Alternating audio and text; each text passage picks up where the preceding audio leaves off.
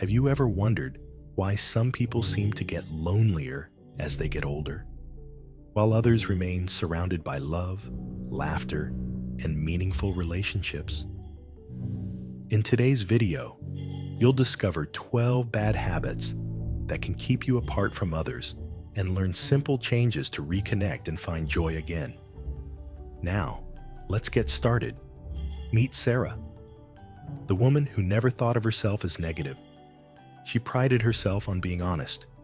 No sugarcoating, no lying. If something was wrong, she said so. But over time, she noticed a change. Every morning, Sarah woke up with the familiar aches and pains that came with aging.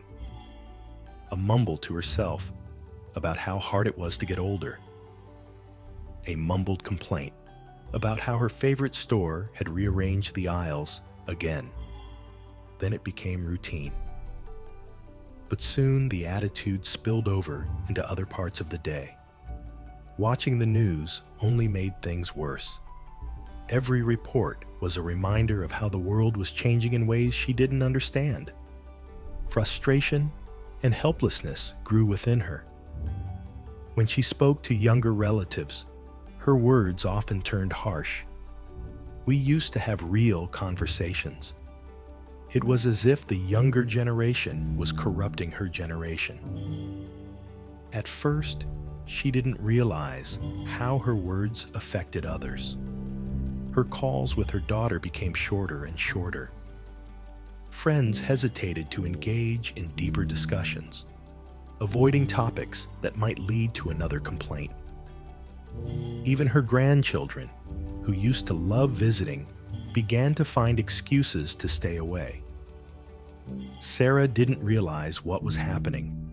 Her negativity was slowly pushing people away. No matter how justified her feelings, people often avoided conversations that made them feel worse. Negative energy can be overwhelming. The world moves quickly, and things that once seemed simple, shopping, even using new technology, can suddenly become frustrating. So how do you break this cycle? It starts with small changes in attitude and conversation. Try starting conversations with something positive instead of leading with complaints. Expressing gratitude can make a difference. Say something as simple as, "I had the best cup of coffee today."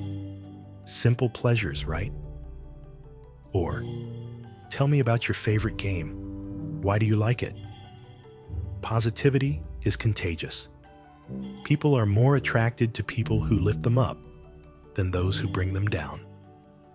When Sarah began making these small changes, leading with gratitude and balancing her frustration with positive thoughts, she saw a noticeable difference. Conversations became longer. Friends and family talked to her more often. Gradually, the warmth and connection she had lost returned. She learned an important lesson. If you lead with negativity, you create distance. If you show warmth, you will have a connection. This starts with the way we speak, the way we communicate with others. Have you resolved to change your negativity? Comment number 1 if you have changed, or no, if you think it's time to change. Next, an even more damaging mistake than negativity will cause people to stop seeing you altogether. Stay tuned. Sarah used to love dressing well. Her blue blouse made her feel elegant, her bright pink lipstick gave her confidence, and her pearl necklace marked special occasions. She didn't dress to impress others, she dressed for herself. But over time, things changed. She stopped wearing lipstick because she had nowhere special to go. She skipped hair appointments, telling herself it wasn't worth it. One day at the grocery store, she noticed that people barely recognized her. Her friends stopped asking her out. At first, she thought they were just busy, until she found an old photo of herself, smiling and full of life. She barely recognized herself anymore. Where had the woman who radiated joy and confidence gone. The truth she didn't fully understand was that the way we present ourselves to the world affects not only how others see us, but also how we see ourselves.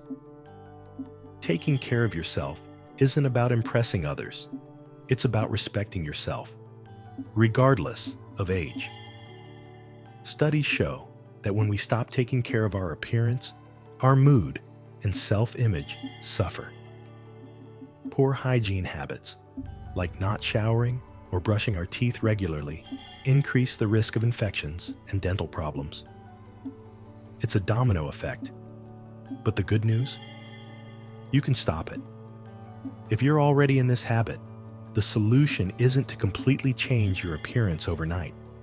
It's about making small, manageable changes. Start your day with a little self-care. Groom your hair and put on a new outfit, even if you're at home. Spray on some perfume or aftershave just for you. Get regular haircuts.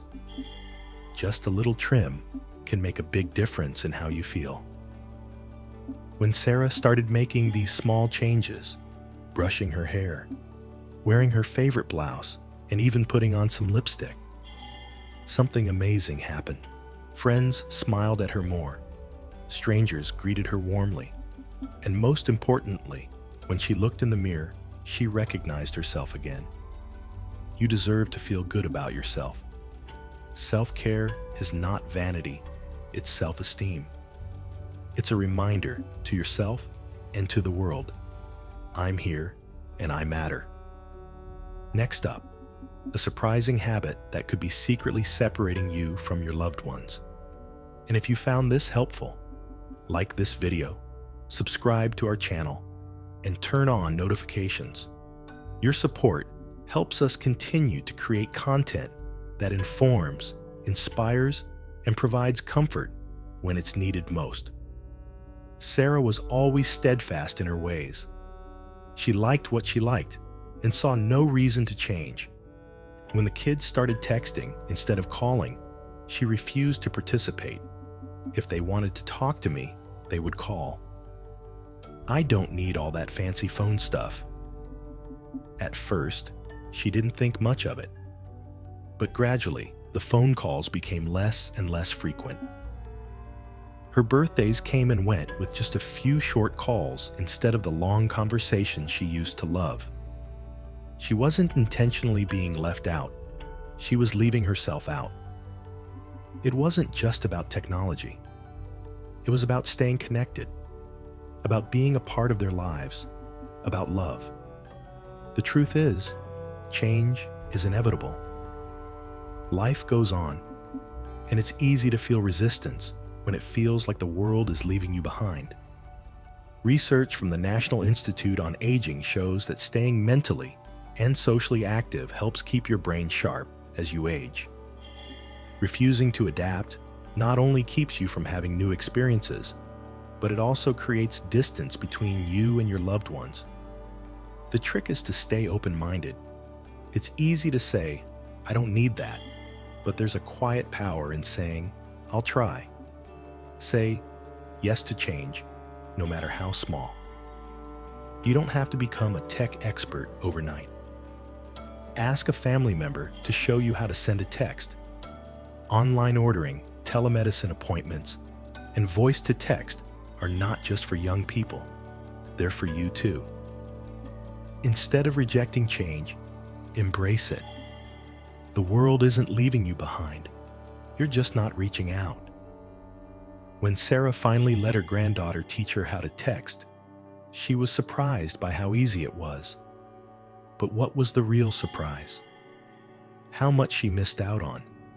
Daily photos of her great-grandchildren, inside jokes, quick check-ins that made her feel like she belonged. By letting go of resistance, she was able to embrace something far more valuable than new technology, connection. Staying in touch with the people who mattered most. Not only did she gain access to new ways of communicating, but she also found deeper love and connection in her relationships. Next, a habit that may be quietly taking over your life without you even realizing it. Sarah is sentimental by nature. She believes that every object in her home has a story, a part of her life that she can't let go of. Old birthday cards, newspapers she never read, and unworn clothes litter her home. She keeps everything, just in case. But over time, her once cozy haven has become an overwhelming maze of clutter. At first, she believed that this wasn't the case. Everything seemed valuable, and letting go seemed impossible. But the clutter stifled her peace, made cleaning exhausting, and made her embarrassed to invite guests. Her daughter gently urged her to let go, but Sarah resisted. "What if I need it later?" she asked. However, she knew that the weight of her possessions was also an emotional burden, keeping her stuck in the past. Letting go is hard, especially when memories are still there, but holding on to too much can rob you of clarity and peace. Sarah realized she had to let go. The process wasn't immediate, but she started small, one drawer, one box at a time. She asked herself, "Do I use this? Does it bring me joy?" If it didn't, she let it go. Donating useful items and giving mementos to loved ones helped her reclaim her space. Clutter is not only stressful, it can also be dangerous, increasing the risk of falls and accidents. A home should be a place of comfort, not chaos. As Sarah cleaned, something amazing happened. The burden lifted, and her home became lighter, brighter, and more welcoming. For the first time in years, she felt free. Free from the past, free from the clutter, and free from the stress of holding on. Most importantly, she felt happy in her space again, eager to invite friends over, embracing the present with open arms. If you found this helpful, leave a comment below with the number 4 to let me know you're here. And if you've made any of these mistakes, I'd love to hear how you're working to improve. Your story might inspire others. And then there's the one mistake that can silently sabotage your relationships without you even realizing it. Sarah had always considered herself a patient person. She raised her children, dealt with life's ups and downs, and knew how to keep her cool. But over time, she noticed that her patience had little cracks, little moments when frustration flared, and she lost control of her composure. One afternoon, she was at the grocery store, standing in line with a cart full of groceries.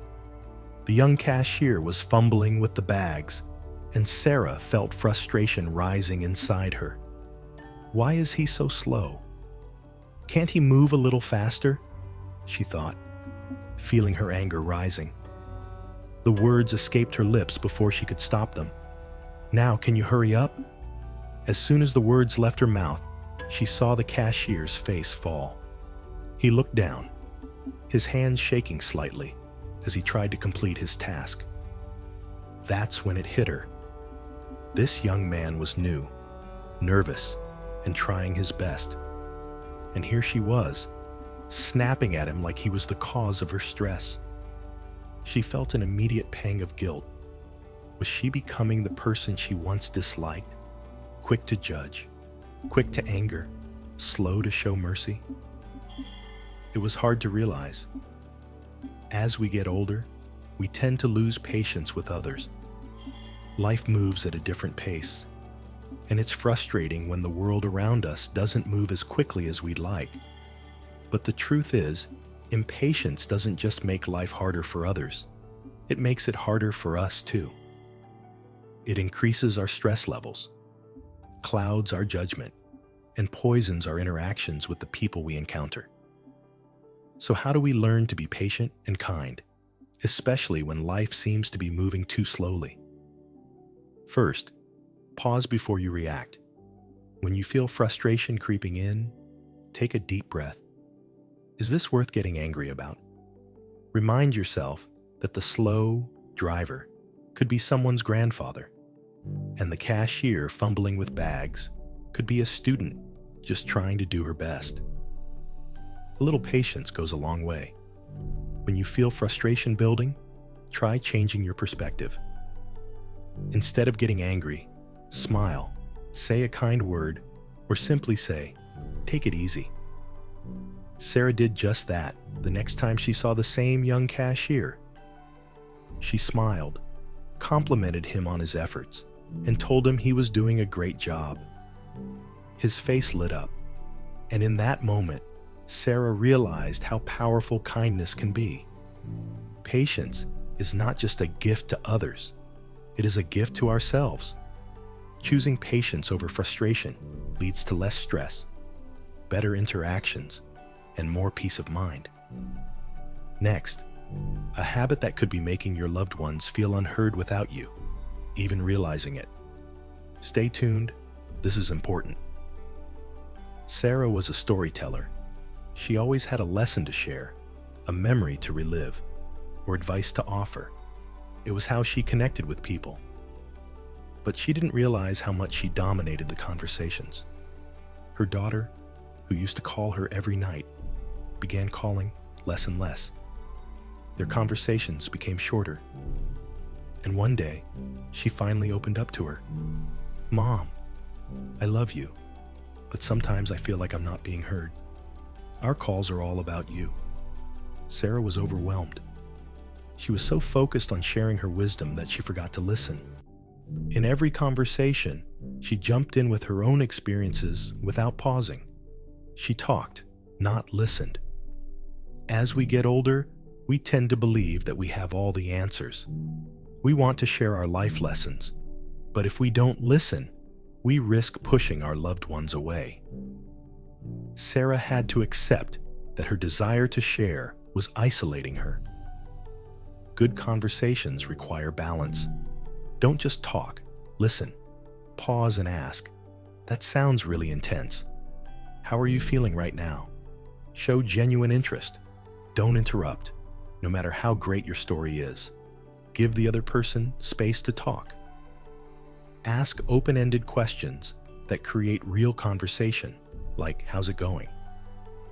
The next time Sarah talked to her daughter, she listened more, asked thoughtful questions, and offered advice only when necessary. The change was noticeable. Their conversations became longer, warmer, and more meaningful. Sarah realized that great conversations weren't about talking more, but about listening better. And in it, she found a true connection. Follow me. This next habit will make your loved ones feel distant without you even realizing it.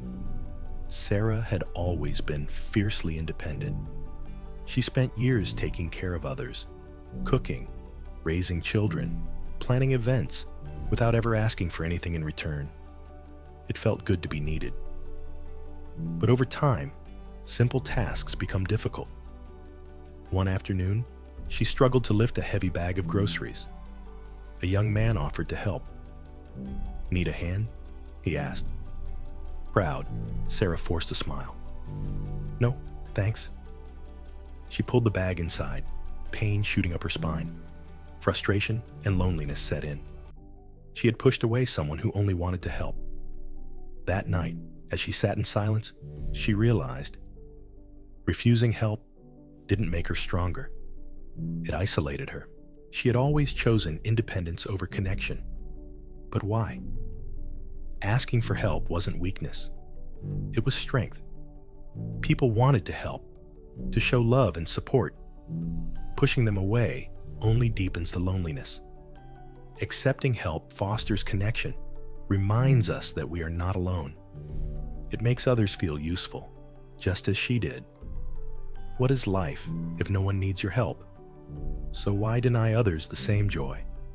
Sarah decided to change.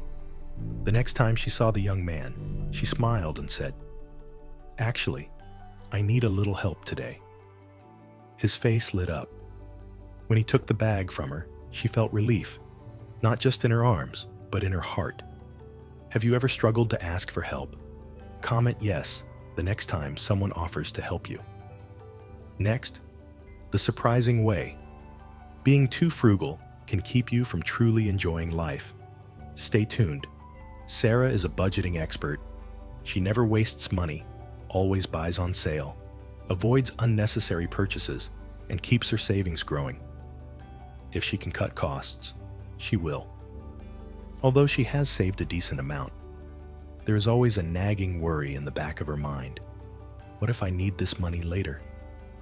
One day, her best friend, Emily, invites her for a weekend getaway to the countryside. It'll be fun, Sarah. We'll explore, eat great food, and just relax. Sarah's instinct is to say no. Travel, restaurants, and going out means spending. But a little voice inside asks, when was the last time I treated myself? For 4 years, she has been saving for one day. But what if that day never comes? Why save if she never really lives? Being responsible is important, but life isn't just about saving. It's about experiences. Studies show that spending on experiences creates lasting memories, while material things fade. Sarah worked hard to achieve financial security, but security without joy is meaningless. Balance is key. Enjoying her money doesn't diminish her accomplishments, it celebrates them. So she decided to embrace small splurges. Whether it was dining out, pursuing a hobby, or traveling, she vowed to invest in her happiness. She even created a fun fund just for this purpose. The next time Emily invited her, Sarah said yes, and what a difference it made. She laughed, felt the sun on her face, enjoyed great food, and truly lived. She realized that this was what she had kept: the moments, the memories, and the connections. What experiences have you put off because of money? Life doesn't wait. Your time is now. Next, a habit that could be alienating the younger generation without you even realizing it. Stay tuned. Sarah loved her nephew Noah and cherished his visits. She loved hearing about his school, his friends, and his interests. But lately, something had changed. Their conversations seemed distant. Noah no longer seemed eager to share things with her. One afternoon, Noah excitedly mentioned a new app. Without thinking, Sarah sighed. Back then, kids played outside instead of staring at screens. Noah fell silent, then muttered, "Maybe I should go." The door slammed shut, leaving Sarah alone with her regrets. She didn't mean to push him away, but her words made him feel unappreciated. Nostalgia for the good old days can alienate younger generations, making them feel like their experiences don't matter. Instead of fostering understanding, it creates distance. Every generation faces its own challenges. Instead of criticism, they need encouragement and support. How can Sarah bridge this gap? The next time Noah shares something new, she takes a deep breath and says, "That sounds interesting. Tell me more." By choosing curiosity over rejection, she makes an effort to understand his world. As Noah explains his game, something changes. They connect. Their conversation unfolds, not through criticism, but through mutual respect. Have you ever struggled to connect with younger generations? Sometimes the key is not to change them, but to understand them, to see the world through their eyes, and to meet them where they are. Next, a hidden habit of holding grudges and how forgiveness can set you free. Sala had one relationship in her life that had been falling apart for years. It was with her sister, Linda. An argument over money had turned into silence. Every time she thought of Linda, she felt resentment. "It's not my fault," she told herself. But when she heard that Linda was in the hospital, she felt something new: fear. She realized that resentment didn't hurt Linda, it only hurt her. Holding a grudge is like carrying a heavy weight.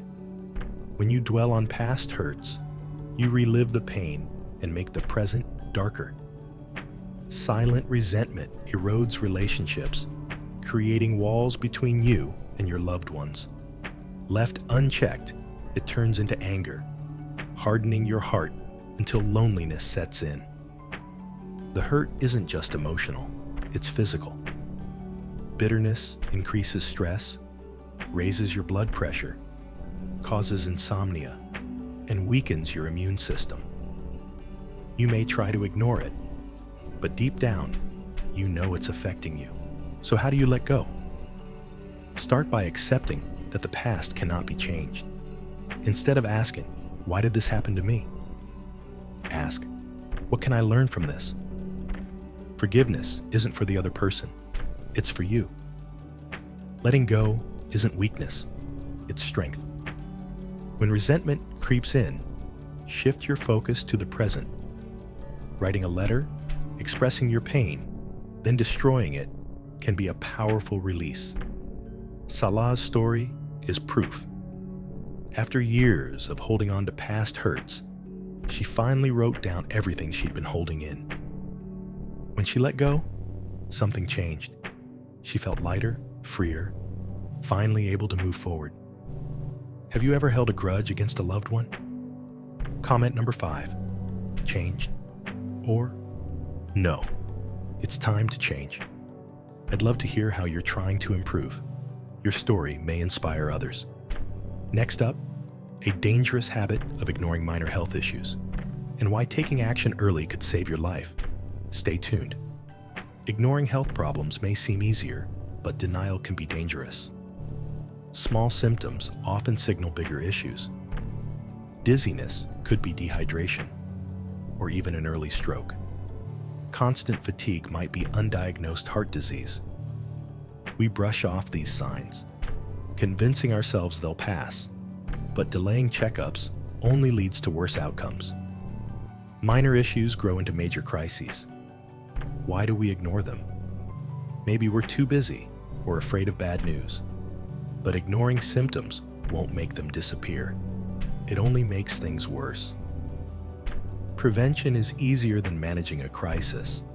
Small lifestyle changes, like a healthier diet and regular exercise, can prevent life-threatening conditions. Taking care of our health is an act of self-love, yet we often neglect it. Sarah learned this lesson the hard way. She dismissed her dizziness as aging until she fell and ended up in the hospital. That wake-up call changed her perspective. She promised to listen to her body, drink more water, take balance classes, and see her doctor regularly. Taking control of her health didn't take away her independence, it strengthened it. We can all learn from Sarah. Have you been ignoring your body's warnings? Don't wait for a crisis. Your health matters. Start paying attention now. You deserve a full, vibrant life. Next, we'll discuss a surprising link between laughter and longevity. Why joy is just as important as health. Stay tuned to learn more.